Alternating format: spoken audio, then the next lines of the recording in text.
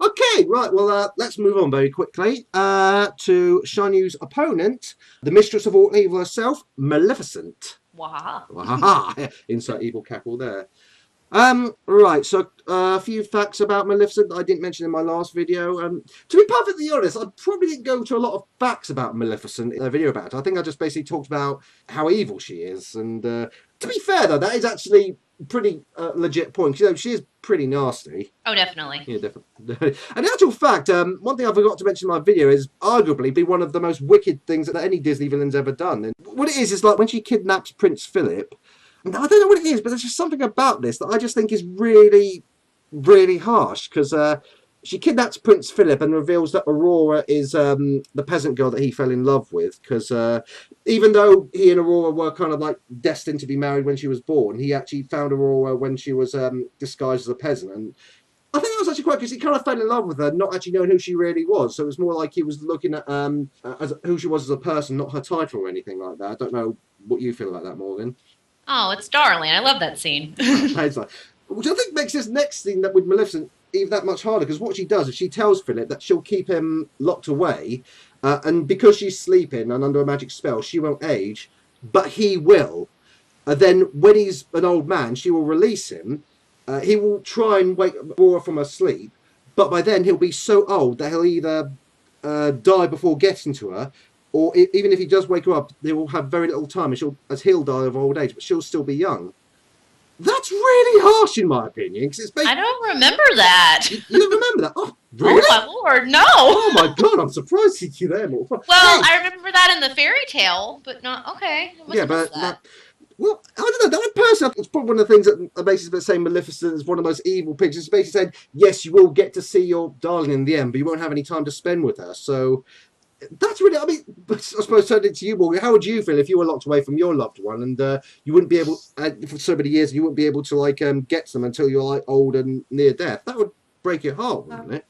You'd probably wish for death, to be honest. But exactly. So that's one of the reasons why I think she's one of the more wicked people of the Disney franchise. But anyway, let's get on to some trivia and facts about her. All right. So let's have a look. Well, here's an interesting fact I found out. She was voiced by Eleanor Audrey, who also voiced Lady Tremaine in the original Cinderella, believe it or not. I know that, because we were talking about how it would be funny if they were paired up. We were, yeah, that would be quite funny. So, yeah, and actually, ironically, that was the competitor that Maleficent beat to get this far. So that didn't shock me. that didn't shock. That sure. I kind of wanted to have them, but it was still fun. Let me just see.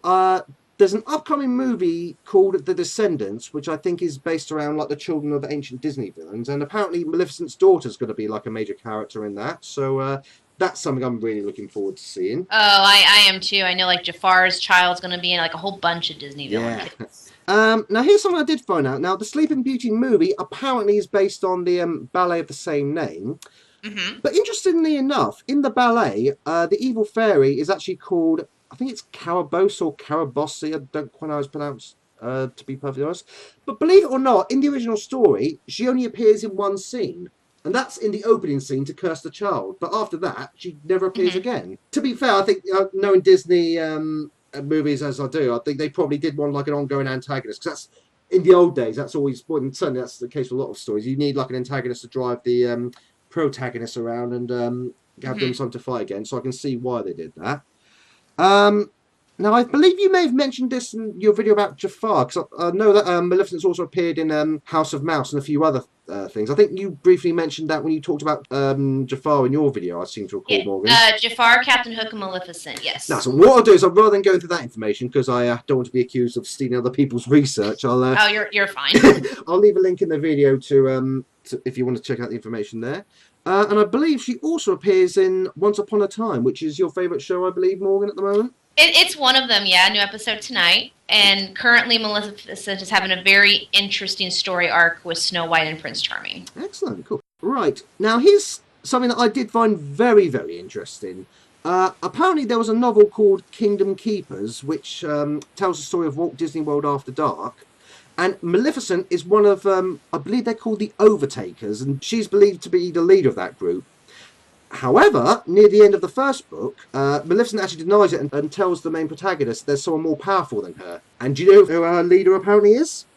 Ooh, that's a hard one. Well, fans of the film Fantasia will probably appreciate this, but apparently in this book series, she's the servant of Chernabog.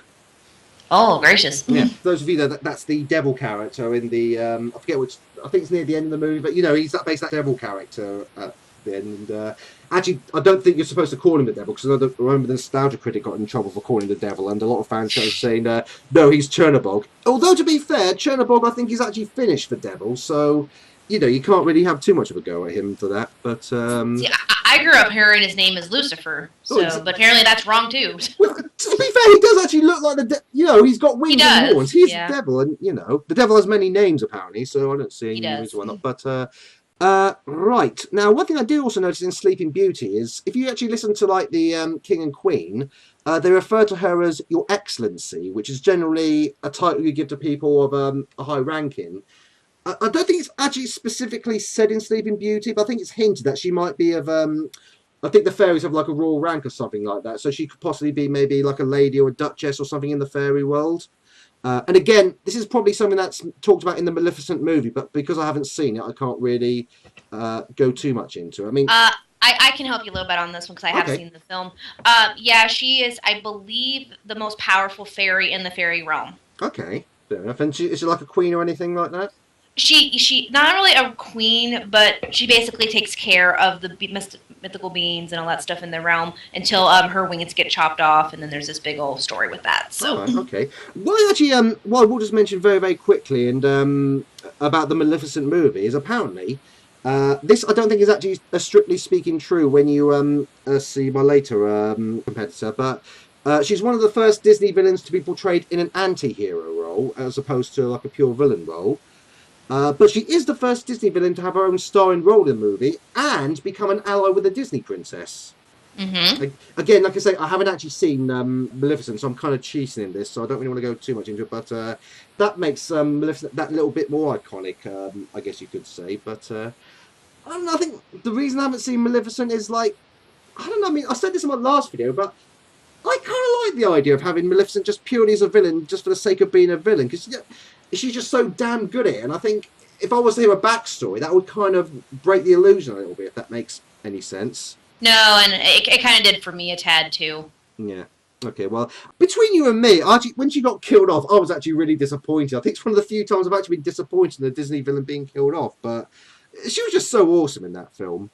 She was, but I love that Philip, like I said, I love Philip because he is actually a prince that does something princely. Exactly, yeah, so you could... And she's also got one of the goriest Disney villain deaths of all time because you can actually see blood when that sword goes into her, which is quite unique for Disney. I mean, Disney movies, they don't shy away from blood because, even if you look at Tangled, you can see, like, when Flynn Rider gets stabbed, there's, like, a smidgen of blood there. So they don't entirely shy away from the blood. It's just not something that you see a lot. That makes sense. It's tasteful. Tasteful, yeah, okay. And finally, the last thing I just want to say about Maleficent is she's one of the major antagonists in the Kingdom Hearts series. In fact, I believe she's actually the main antagonist in Kingdom Hearts. Is that correct? In the first one. In the first one, right. Okay. Yes. In that one, she was voiced by Susan Blakesley, who was famous voicing Mrs. Turner in The Fairly Odd Parents. I love that show. I've seen bits of it. It's quite strange. Oh, it's classic. Excellent, cool.